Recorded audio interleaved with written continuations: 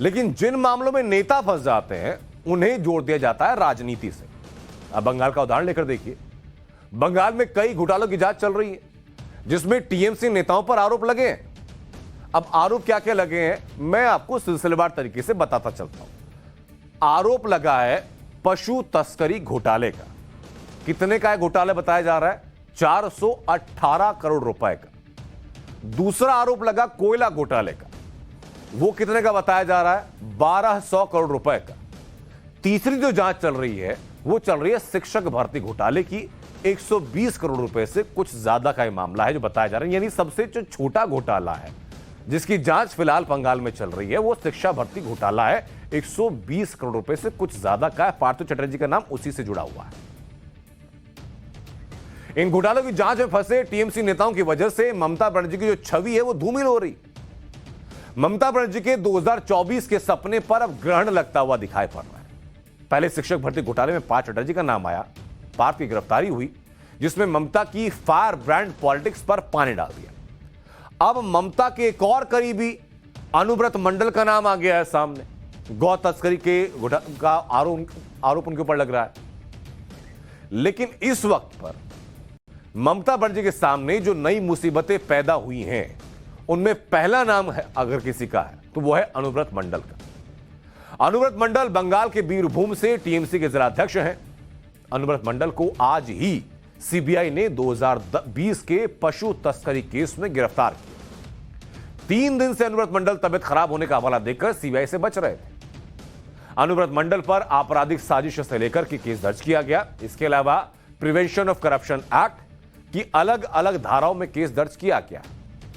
अनुव्रत मंडल के बॉडीगार्ड सैगल हुसैन को सीबीआई मई महीने में गिरफ्तार कर चुकी और अब अनुव्रत मंडल की गिरफ्तारी हुई। अनुव्रत मंडल की गिरफ्तारी भी बहुत नाटकीय ढंग से हुई और हम क्यों कह रहे हैं वो तस्वीरों के साथ साथ आपको पूरी दास्तान बताते हैं। अनुव्रत मंडल से आखिरी पूछताछ मई महीने में हुई थी जब उनके बॉडीगार्ड को गिरफ्तार किया गया था। उसके बाद से अनुव्रत मंडल सीबीआई के 10 सम्मन के बावजूद पेश नहीं हुए। वो लगातार कहते रहे कि मैं बीमार हूं और पेश नहीं हुए। 10 सम्मन दिए गए, सोचिए। बुधवार को भी अनुव्रत मंडल ने सीबीआई से कहा कि डॉक्टर ने उन्हें 2 हफ्ते का बेड रेस्ट बोला है, उसके बाद ही वो पूछताछ के लिए आ पाएंगे। जब बार बार सम्मन के बावजूद अनुव्रत मंडल नहीं आए तो आज सीबीआई उनके घर पहुंच गई छापा मारने के लिए। घर में सीबीआई टीम को देखकर अनुव्रत मंडल ने दूसरे फ्लोर पर खुद को बंद कर लिया। सीबीआई ने दरवाजा तोड़ने की चेतावनी दी। काफी मान मनोबल, काफी मशक्कत के बाद अनुव्रत मंडल को पकड़ लिया गया। 20 अगस्त तक अनुव्रत मंडल को सीबीआई की कस्टडी में इसीलिए भेज दिया गया है। जब अनुव्रत मंडल को कोर्ट लाया गया तो वहां पर चोर चोर के नारे लगने लगे। अनुव्रत मंडल पर जूता फेंकने की भी कोशिश हुई। करोड़ों रुपए के पशु तस्करी केस में सीबीआई ने पिछले सोमवार को एक चार्जशीट आसनसोल कोर्ट में दाखिल की थी।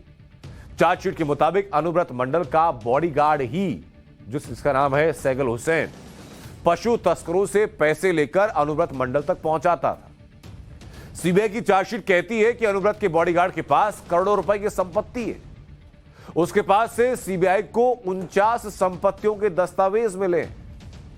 फोन रिकॉर्ड खंगाले गए तो पता चला कि अनुव्रत का बॉडीगार्ड पशु तस्करों से लगातार संपर्क में था। बंगाल में पशु तस्करी का यह मामला क्या है, क्यों अनुव्रत मंडल को गिरफ्तार किया गया, ये समझिए। पशु तस्करी का एक रैकेट उत्तर प्रदेश और हरियाणा जैसे राज्यों से पशुओं को लाता था और उन्हें पश्चिम बंगाल के बॉर्डर से बांग्लादेश भेजता था।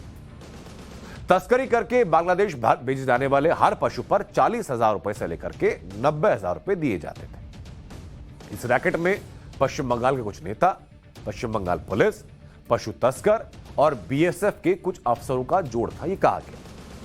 इसी मामले में सितंबर 2020 में सीबीआई ने केस दर्ज किया और जांच शुरू की।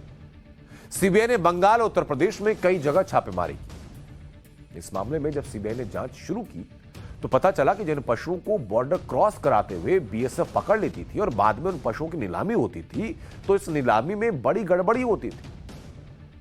2015 से 17 के बीच में बीएसएफ ने 20,000 से ज्यादा गायों को जब्त किया, लेकिन गायों को ले जाने वाली गाड़ियां और तस्करों को पकड़ा नहीं गया, सिर्फ जब्ती हो गई।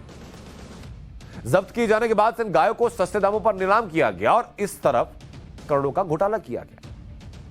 नीलामी में खरीदे हुए पशु पर बीएसएफ अधिकारी को हर पशु पर 2,000 रुपए और कस्टम अधिकारी को 500 रुपए दिए जाते थे। नीलामी में खरीदे हुए पशु को फिर इसी गठजोड़ के जरिए अवैध तरीके से बांग्लादेश पहुंचाया जाता था। इसी गठजोड़ में बंगाल के 3 गौ व्यापारियों को भी सीबीआई ने गिरफ्तार किया। जांच के दौरान अनुव्रत मंडल का नाम भी सामने आया और उसके बाद पूछताछ शुरू हुई।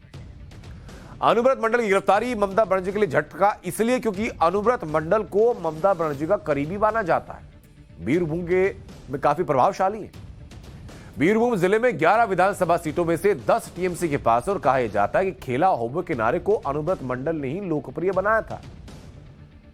अनुव्रत मंडल टीएमसी के सह संस्थापकों में से एक हैं। 61 साल के अनुव्रत मंडल पर्दे के पीछे रहकर टीएमसी की रणनीति बनाने के लिए जाने जाते हैं। बयानों से कई बार विवादों में रहे।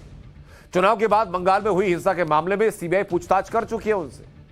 इससे पहले ईडी पार्थ चटर्जी को गिरफ्तार कर चुकी है। ये दोनों नाम ऐसे जो कि ममता बनर्जी के बेहद करीबी समझे जाते हैं। बीरभूम में अनुव्रत मंडल की छवि दबंग नेता की है। 2021 के बंगाल विधानसभा चुनाव में चुनाव आयोग को भय मुक्त चुनाव कराने के लिए अनुव्रत मंडल को 3 दिन तक निगरानी में रखना पड़ा था। ऐसे ही 2016 के विधानसभा चुनाव और 2019 के लोकसभा चुनाव में किया गया था। बंगाल के कोयला घोटाले में भी ममता बनर्जी पर नई मुसीबत आ चुकी है। कोयला घोटाले में ईडी ने बंगाल के 8 आईपीएस अधिकारियों को पूछताछ के लिए सम्मन किया। ईडी के मुताबिक घोटाले में इन अधिकारियों का अहम रोल है और ये सब वहां तैनात थे जहां कोयले की तस्करी हुई। इन 8 अधिकारियों में से 7 को ईडी 2021 में पूछताछ कर चुकी है। इसी कोयला घोटाले में ममता बनर्जी के भतीजे और टीएमसी के राष्ट्रीय महासचिव से मार्च में पूछताछ हो चुकी है, यानी अभिषेक बनर्जी। इस मामले में टीएमसी के युवा नेता विनय मिश्रा मुख्य आरोपी हैं। विनय मिश्रा को अभिषेक बनर्जी का करीबी बताया जाता है। स्थानीय कोयला संचालक अनूप माझी उर्फ लाला भी मुख्य आरोपी है। कोयला घोटाले में ईडी के साथ साथ सीबीआई की जांच चल रही है। सीबीआई अभिषेक बनर्जी की पत्नी रुजया बनर्जी और उनकी साली मेनका गंभीर से पूछताछ कर चुकी है। आरोप यह कि कोयले की खदान से करोड़ों रुपए का कोयला अवैध रूप से ब्लैक मार्केट में बेचा गया, यह आरोप है। लेकिन ममता बनर्जी की जो मुसीबत है वो खत्म यही नहीं हो रही। एक जनहित याचिका में ममता बनर्जी के 19 नेताओं की संपत्ति की मांग उठाई गई। 19 नेताओं में विधायक शामिल है, सांसद शामिल है और मंत्री शामिल है। मामला एक कलकत्ता हाईकोर्ट में है और कलकत्ता हाईकोर्ट ने इस मामले में ईडी को भी एक पक्ष बनाने का आदेश दिया। दूसरे शब्दों में कहा जाए तो हाईकोर्ट ने टीएमसी के नेताओं की संपत्ति की जांच के लिए एनफोर्समेंट डायरेक्टरेट को हरी झंडी दे दी। दरअसल यह जनहित याचिका फरवरी 2017 में डाली गई थी और कहा गया कि 2011 से 2016 के बीच टीएमसी नेताओं और मंत्रियों को संपत्ति, उनकी जो संपत्ति है वो कई गुना बढ़ा दी गई। इसकी जांच होनी चाहिए। हाईकोर्ट ने 5 साल पहले आयकर विभाग को अपना पक्षकार बनाया, लेकिन इस मामले में ज्यादा डेवलपमेंट नहीं हुआ। पार्थ चटर्जी का मामला आने के बाद याचिकाकर्ता ने फिर हाईकोर्ट में अपील की, जिसके बाद ईडी को भी पक्षकार बना दिया गया, यानी कि हरी झंडी दे दी गई। इस मामले में तृणमूल कांग्रेस का आरोप है कि पब्लिक इंटरेस्ट लिटिगेशन यानी पीआईएल के जरिए टीएमसी को बदनाम करने की साजिश हो रही है। टीएमसी का दावा है कि जिन नेताओं की संपत्ति की जांच होनी है उस सूची में कांग्रेस के अधीर रंजन चौधरी भी शामिल हैं और उसी सूची में जो सीपीआई के जो नेता हैं उनका नाम भी शामिल है।